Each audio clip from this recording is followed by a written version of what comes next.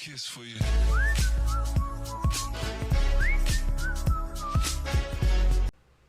Alright, so let's talk about Bing Chat versus Bard versus ChatGPT. Now, what we're going to be doing, and what I've kind of already started doing, is collecting a bunch of data via some questions I made about kind of what the AIs are capable of now and what they're capable of back when I made the original video, which was about 8 months ago. So, if I go to videos here, you can see the old one. So if I just open up the original analysis I did on this, I did this back at the beginning of the year, around March 22nd, and that was just at the point when Bard had come out. So I was testing Bard along with the other ones and trying to see, okay, with these questions, what use are they? You know, like, are they how are they different? What are their different use cases, that kind of stuff. And in this video, I determined that Bing was probably the best one because it had the best answers and was able to get more visuals. Chatbot was able to do a little bit better with coding, and Bard kind of fell through in a lot of aspects, but had some cool integrations with other Google apps at the time. And so, yeah, that's the kind of where I left it here, and I was talking about, you know, how it shows up different charts, how it shows up different images that GPT couldn't do. It would, like, show me different images of sweatshirts and things if I asked it for that. It would then tell me the differences. And so I started then writing it down. I then went to do the same thing with Bard, and I checked on, I asked it what the differences were. I asked it how many movies Steven Spielberg needed to direct before he became the highest grossing director. This question, interestingly, proved to be quite difficult for things, and we'll get to the results now, but all three of them didn't really do that question well. They never really got the point, which I was basically saying, at what point, what movie did Steven Spielberg have to direct before he became the highest grossing director? Bard just told me he didn't have any information. Bing told me all of his movies in like a list, and I think Chat also did that as well. So at that point, that's what happened there. I then went through, yeah, he gives me a list of the 10 highest grossing. This should check if it can do lists. I then go and do the same thing to Bard, and it tells me he directs several movies, and just basically lists them. It doesn't really talk about the specific movie. So I try to basically match them up. I do them side by side, showcasing the fact that one looks different than the other, and then I basically ask why, and the Bard one is not adjusted for inflation. Bing one, I believe, was adjusted for inflation. So then I basically ask it to test scripting, because the benefit of ChatGPT when it came out was that it was really good with the coding and stuff. So I said, hey, make a simple tic-tac-toe game, and it did pretty quickly. I then went to test it, and it didn't pop up, so I said, hey, there's a problem, I'm getting an error, and to the error message telling you component is not exported. So then I tried to fix it, and then it doesn't quite work. So I go on to the next question, and then it talks about Subway sandwiches. I say how it, basically ask it how many Subways can fit in a 65-inch TV. It gives me 0, because the two objects are not dimensionally compatible. I then go to the next question, which is to create a presentation. It does that. I then talk about Microsoft price, what it currently is, all that stuff, and then I kind of go to my question that I want to look if you're like searching for things on a shop. What are my options for sweatshirts? Don't use Amazon. Can you give me a picture of it? What colors? That kind of stuff. You know, just things that would generally try to save you time. So I ask it, looking for a new sweatshirt, what are the options? It gives me a bunch of options. I then say, great, can you give me a picture of the thing you found? And it says, sure, here's a picture. And it doesn't seem to give me a picture. And it says image of, like it has a placement of it, and then it just talks about it a little bit more. But there, and then I say, hey, colors, and it does give me the colors. So that's basically how Bard worked then, and then I basically do the exact same thing to GPT, and it basically gives me similar. They did, however, get the Steven Spielberg question a little bit better. It's after directing 19 films. His 19th film, Jurassic Park, was a massive success and helps him surpass the record holder. So they got that at this point, which was pretty good. You'll see a lot of the time it has this, I'm sorry about my language model, I don't have XYZ information. So this is kind of like catching up on like what it used to be, right? As of March, this is what it kind of set up as. And at the time, I said Bing was best because it was able to get all these pieces of information up. Bard was trying, but it tended to get a decent amount of things wrong. And Chat usually is more better in terms of like direct coding and sort of more mathematical options. But the new one currently, so here's the questions, right, as I said before, the new results are actually quite surprising because Bard is actually really good now. I pre-recorded these mainly because it was just easier than trying to do this live. But yeah, ultimately I think that Bard is quite a bit better, actually, than at least ChatGPT, the base model, at getting some of these more specifics and putting them in actually more helpful formats. So, for example, if we go to ChatGPT right now and we go and we kind of go through the things currently, we see that compared to the old stuff, it has better formatting for the first question. It has better formatting for the second question. And then, unfortunately, for some reason, on the Spielberg question, which it got pretty correct the first time, it no longer seems to be able to do that. So if I typed it in, how many movies did he direct before he became highest grossing? It's the same question. I didn't change these questions. It gives me, as of my knowledge, he's the one most successful influences. However, it's important to know the stats of being highest grossing changes. As of September, he had directed numerous films, but I don't have specific info. So it basically got worse over time in at least answering that specific questions. I then obviously ask it to write a JavaScript thing. It does that. It seems like it gets more detail there, so that's pretty good. I then ask it how many subways you can fit. In the first one, it said they're not dimensionally compatible. In this one, it gives me a full breakdown and thinks that's about 11.45. So that's good. That's an improvement, right? It's getting better at math. It's getting better at kind of figuring those things out. I then ask it for a presentation. It gives me a better layout than it used to in terms of like bolding and titles and that kind of stuff. I then try to ask it about Microsoft's current stock twice, whether the current stock and the high stock, and it both basically tells me I don't have real-time information, therefore I cannot provide you the current stock. However, and then for the highest, he says, however, the stock reached an all-time high at 305, which is technically correct according to its cutoff.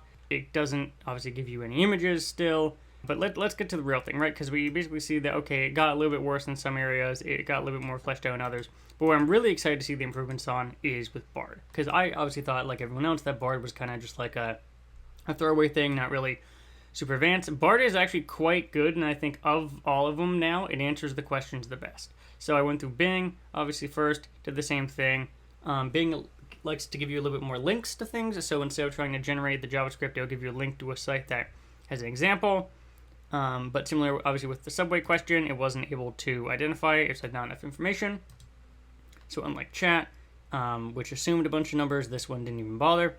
Creating a presentation, it doesn't do that well. It doesn't format it well. It kind of also still gives you links. It does pretty well with the Microsoft stock question, because it can give you like the whole Bing sort of overview with a link there. And obviously asking it the price works because it connects to the internet. I then talked about the sweatshirts. It gives me links that aren't Amazon, so it's at least good at identifying that information. I say what colors. It gives me the colors. Pretty basic, pretty functional, right? Now we move on to Bard, which, as we saw before, didn't really get a lot of the questions that I asked it. So we start over, and we basically ask what are some good questions, and it gives me a pretty decent list with some examples. So I think that's obviously a pretty good one. I ask it what the differences are, and it gives me a more in-depth differences sort of selection than the other chatbots did. So it not only talked about the fact that it's trained on different data sets, it also talked about the fact that Bing is real-time or isn't real-time. It talked about the fact that one generates text and the other is more of a training model, and the accuracy of the information. And then it gave me a chart with that information. Regardless of if it's accurate or not, it gave me a chart that I can export to Sheets automatically in a nice little table there. And you can obviously export this answer as well, which I think is quite good. So then I go to the list. I basically asked this question, which it didn't get last time, but now it got flawlessly. It says, Steven Spielberg became the highest grossing director in cinematic history after directing his 21st film, Jurassic Park.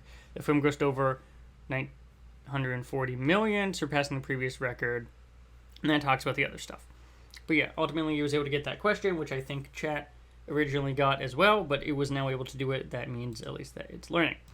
After that, I basically asked him, the chatbot, write JavaScript. It does that. Seems like it does pretty well. It gives me an example, and then I do the footlong thing, and this is trying to figure out what information it kind of assumes and what its numbers is. So this, similar to the Chat GPT, does give me an answer the second time, and basically assumes, hey, we're gonna they're around 6 inches, 2 inches high, 12 inches long, and some TV box is this, and it gives me the math it does, and it basically just divides the width height by the width height here, and it gets about 85, which is obviously quite a bit different than what the other one got, which was about like 11.85, so it's definitely larger considerably. So we got to obviously figure out which one's there, but yeah, it's showing you different math in different kind of ways, and at least this one shows its work a little.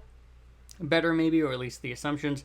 And then obviously it tells you it's a theoretical calculation, which I think is pretty good. All right, the next one, create a presentation. Unfortunately for that one, it can't. It says I'm still learning to understand images and can't help you with that, which is, I guess, fine. Which is, I guess, good because in the original when I asked it was like, yeah, we'll create a presentation for you. It links to your Google account and all that, and then it just never did. So I'd rather it tell me that it can't do something than totally tell me it can do something. Yeah, we talked about the Microsoft thing, which I think it also does pretty well on. I ask what its current stock is, and it gives me a very interesting breakdown of not only what the current stock is, it's up from previous closing, and it's up from past 3 weeks, which is what I asked. It then goes to talk about why it's up and the kind of speculation on the market. So in terms of if I was asking this question, it gives me a little bit more context for what it is, right, rather than just the stock price, which I think is actually quite useful. Yeah, so I give the one a like because I liked how that kind of worked. So then we ask about obviously what the highest price is reached, which I already did, and now we go to the sweatshirt, and this is actually super impressive. Now it's not super accurate, but it was impressive that it actually gave me images, and it gave me links, and it gave me sort of descriptions all at once. So when I ask it, it generates, and it's going to generate a very well structured thing, right? We have sure I can help you. We have a Land's End one. It talks about what it is. It gives me a link with what the actual site and a little preview of the color and maybe what it looks like with a thing here that I can actually click and use, and it does that a couple times. Now obviously one of them is Amazon. I said don't use Amazon, but it gave me a good amount here that I can just basically refine it and say, hey, the Land's End one was found on Amazon. Can you find me alternative retailers for this item? And I do, and it gives me alternative retailers. It basically says, hey, you can get it from Land's End, you can get it from J.Crew, you can get it from, yeah, there we go. You can get it from Sierra, you can get it from Backcountry, and get it from Re. And so that's pretty useful, right? And it actually shows you like a link to their site and kind of what the place looks like, right? And kind of like a short description of what they actually do, the return policy and all that stuff. So that's really useful, right? That's much more useful than just telling me 5 options. It's showing me the color, it's showing me where I can get them, it's showing me alternatives to where I can get them, and it's kind of giving me a good understanding of what I'm getting into rather than just being, purely text-based. So that's pretty good. And then basically I say, hey, what colors Land's End one available in? And it basically says, hey, they're available in these colors. Now this doesn't work well, obviously, because it's saying black and this is not black and this is dark heather gray and white and it's actually red. But at least it gives you not only links to where they can be found, but also relatively, hopefully, what the accurate colors are. So I'd ultimately say that Bard is much better at giving more contextually relevant information than something like Bing can, where it's not that good at kind of like extrapolating.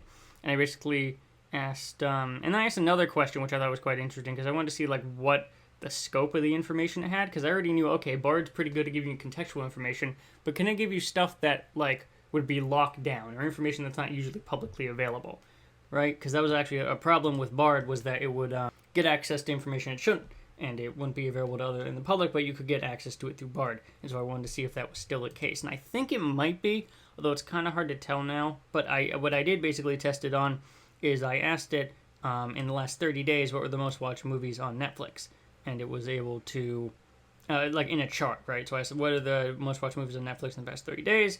And it gave me a chart with the last movies. Now, they don't seem to be current, as in like if you went to Netflix now and tried to look this up, it looks like it was quite a bit ago, and the reason I know that is because it has stuff like The Atom Project, The Lost City, The Weekend Away, which were all things that were popular about a year or a year and a half ago. So it's not like the most relevant, but it does have watch time, which are probably, I would assume, pretty accurate, and it does give me a list of the top 9. Now, if I try to do that with the other options, I don't get nearly as much out of them.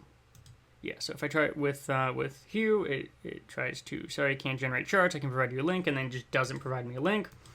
And then I try it in chat, and it says, I apologize, I'm a language model, my information is there, I cannot provide you a chart, the popularity of movies change frequently. It's basically just like a non-answer, right? And so I overall think if you're trying to get information, obviously nuances and stuff aside, I think you should at least give Bard a shot, because I think right now Bard is in a really good place comparatively. Obviously these are a sample size, but they're kind of a sample of like what you might ask it, kind of like the variety of scenarios. And so ultimately I think Bard, especially with the response time and the uptime that Bard has, I think it's definitely a useful one that you should definitely be checking out. Yeah, so if you want to see a little bit more of this, then make sure that subscribe, all that stuff, and I'll see everyone in the next video.